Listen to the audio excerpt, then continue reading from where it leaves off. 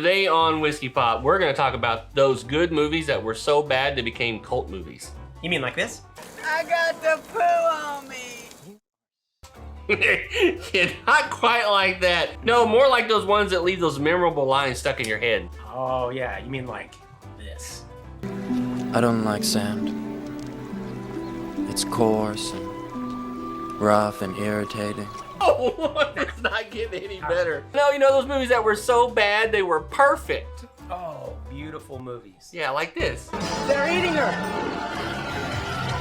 And then they're going to eat me. So we're not going to get that right. So today, good movies that are so bad they became cult movies. Right after this.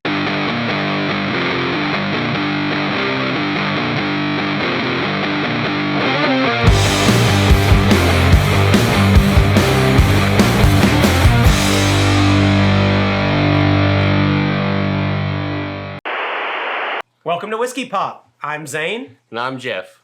And what are we going to do today? We're going to talk about those cult movies that are so bad they're good. Yes. And why are we going to talk about them? Because they're so good? Because they're so good. I mean, think about it. What are those movies that you remember that were like, they were so bad that they turned out giving the most memorable lines? Yeah, like Scream, Any Given Sunday. Yeah, no, not those movies. More like Monty Python, Holy Grail. Oh, those movies! Those movies! Yeah, okay. Okay, so before we do anything else, of course we have to do what? We're going to be drinking some whiskey. Oh, and today we are drinking Old Tub. Old Tub. You know, it's normally something that sounds like it came out of a bathwater. It's not something you want to drink. But in this case, It's something we're going to try. so let's crack this thing open. That sounds great.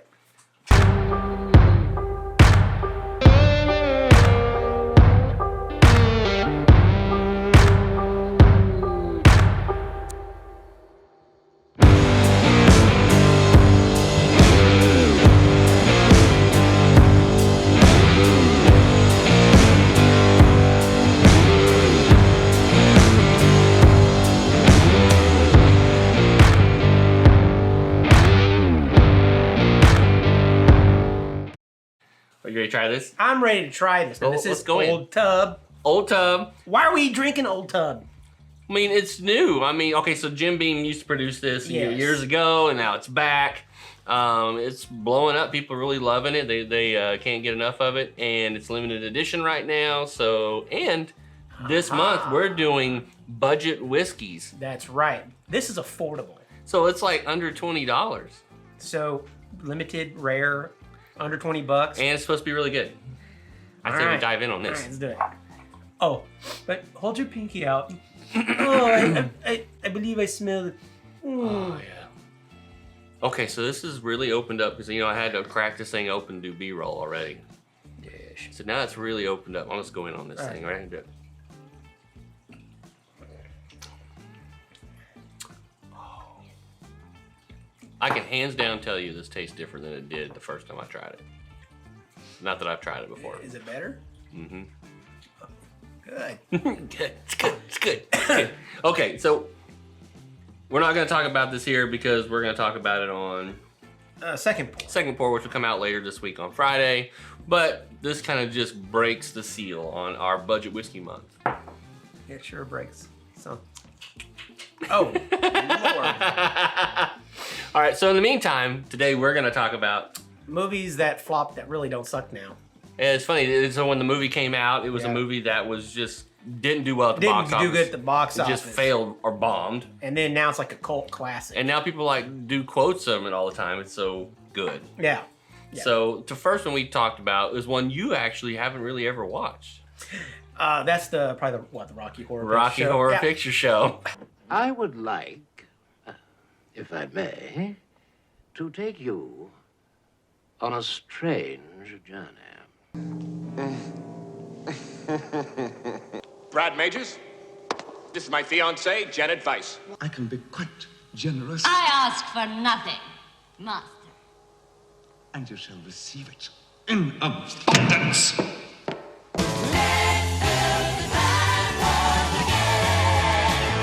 I mean, apparently I haven't been in the right environment to watch this movie because I've tried several times and I'm like, this is ass. Listen, you can't watch the Rocky Horror Picture Show by yourself in your living room. It's not the same experience. Well, I mean, here's the thing. Locally, don't they show it on occasion? Everywhere locally. Around Halloween, they'll Right. do a Rocky Horror Picture Show, and it's a participation show. I mean, you can't just sit down and watch in the living room and like you're watching a movie. Yeah. So, I mean, most of you guys know that our Rocky Horror Picture fans know that, you know, you gotta throw the hot dogs, you gotta have the toilet paper, the Scott towels. I have no idea what you're talking about. You gotta be able to scream out those phrases as they come on the screen. I mean, you can't just... It's no fun just watching. I mean, if it's interactive, I could see how it'd be fun. And we could get you to dress up like Rocky or What? Dr. I Frankenfurter. make a beautiful, whatever it is. You in a pair of gold Speedos. That would be funny. Well, you know. That's all you're wearing. Oh. That's nothing new. Oh, gosh. Okay, so our next movie. Yes. Now, this one is one of my top 10 of all time movies. Well, or is it the franchise? The whole franchise is Yes. great, but this one specifically is a top 10 movie. Okay. And that would be the Evil Dead franchise, right? Yes. Specifically, Army of Darkness. Shop smart, shop S-smart. This is my boomstick! It's a trick. Get an axe. Groovy. Well, hello, Mr. Fancy Pants. I got news for you, pal. You ain't leading but two things right now. Jack and shit. And Jack left town. Hail to the king, baby. I mean, come on. What is it about Army of Darkness that makes it so great? It's a bad movie. It's the I mean, "Har, you violence of horrors," or whatever the heck that lady said. Oh, you know, yeah. you're like, I don't even know why I'm even trying to quote it. But there's so many great lines that are like, good, bad, I'm the one with the gun. Yeah, or shop smart. Shop S. You know, it's so cheesy. Give me some sugar, baby. Give me some sugar, baby. Or all better those yet, things. groovy. Yeah. Look, it takes the cheese of what 80s action movies were and ramps it up with 100 times. with the, Campbell's acting is so over the top. Campbell's is the best B-movie actor of all time. You know, he could be. I can't argue that. I'd have to really think about it, but, I mean, who else would fit that category? I mean, who else do you think is the best movie actor of all time? Klaatu. Fratu. Oh, okay. No, yeah, so it's pretty great. I mean, it's definitely it has to be on this, right? It has to be. It has to be. Okay, so our next one.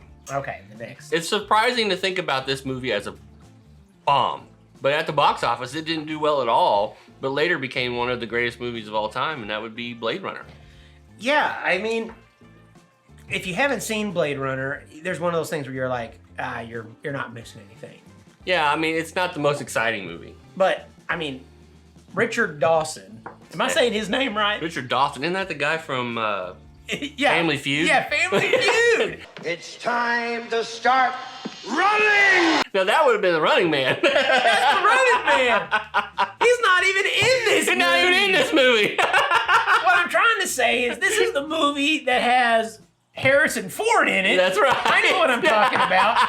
That's some damn good whiskey. And I'm talking about the Norwegian-y dude, Rolf, help me out. Rutger Hauer. Man. I'm talking about Rutger Hauer. What are you talking about? Look, Tears in the Rain scene was so buzzed over. I think it was decades before people really started understanding more about what that was going on. Well, and I also think that Blade Runner redefined what post-future looked like. Oh, I mean, everybody's copied it ever since. yeah, because it's not apocalyptic. It's just No, it's just dirty. dystopian. Yeah. A little bit, but it's just, I don't know. It's what happens when pretty you great. let corporate run America. We would never let that happen. Nah, we wouldn't do that. Not like we have these big corporations that just dictate what you do and don't. You said dick. Okay, so Blade Runner is one of those big movies, but this next one I think is really near and dear to your heart. I mean, I'm the dude. That's what you call me. That's right, the dude. Or better yet, The Big Lebowski. The Big Lebowski. I am not Mr. Lebowski. You're Mr. Lebowski. I'm the dude. So that's what you call me, you know? That or his dudeness or Duder or, you know, El Duderino if you're not into the whole brevity thing. Oh my gosh. You know, it did horrible as far as like people just didn't go see the movie. It bombed at the movie theater. and it is, I mean, it did horrible, but I mean, like, talk about it just bombed at the movie theater. It's a cult classic that is, I mean, it's really the definition of it. It's one of those things you get in a bar, you get around a bunch of friends, and you start drinking. You're like, Donnie, you're out of your element.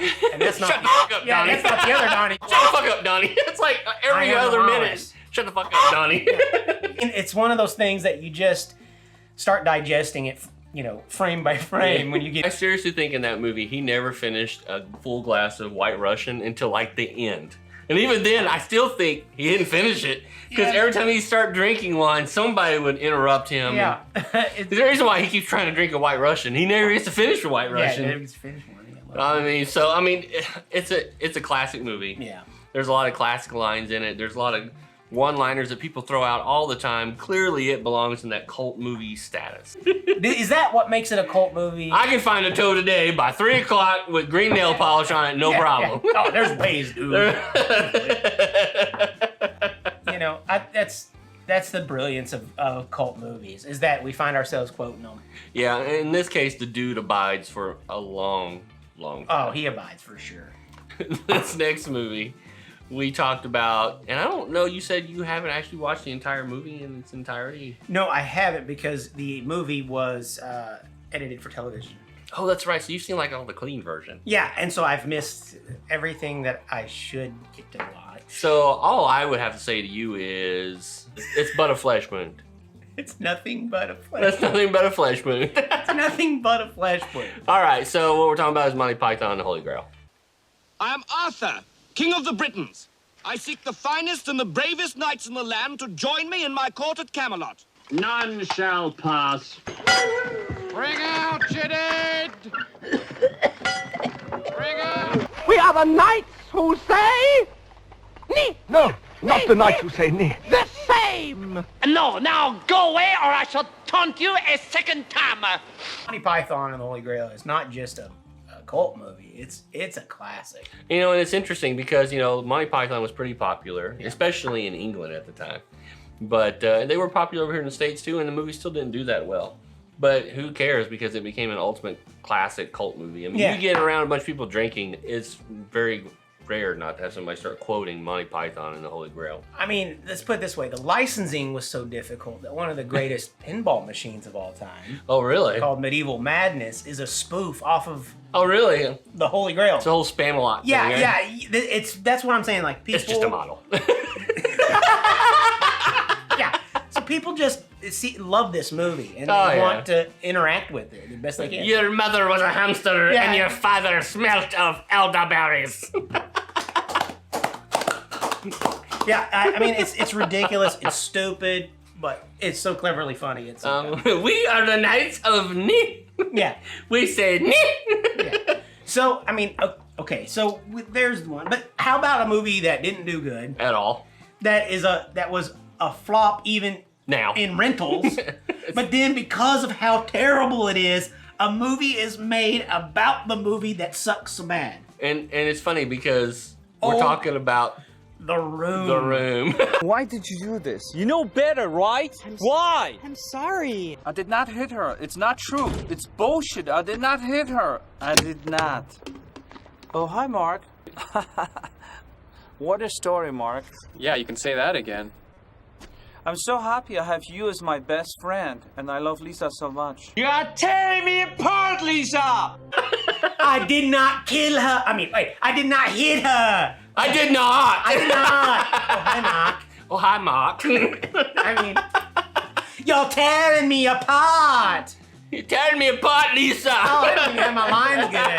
All I'm saying is this movie sucks ass. 2's great, but 3's a crowd. But the movie at the same time is such a train wreck, the original movie, that you can't help but sit there and be like, oh, hi, Danny. And then, James Franco comes out and makes a movie where he's playing the lead actor. And I mean, I think it might be James Franco's best movie. It could be his best movie. I mean, I like Jay Franco, but it's hilariously ridiculous. It's sad.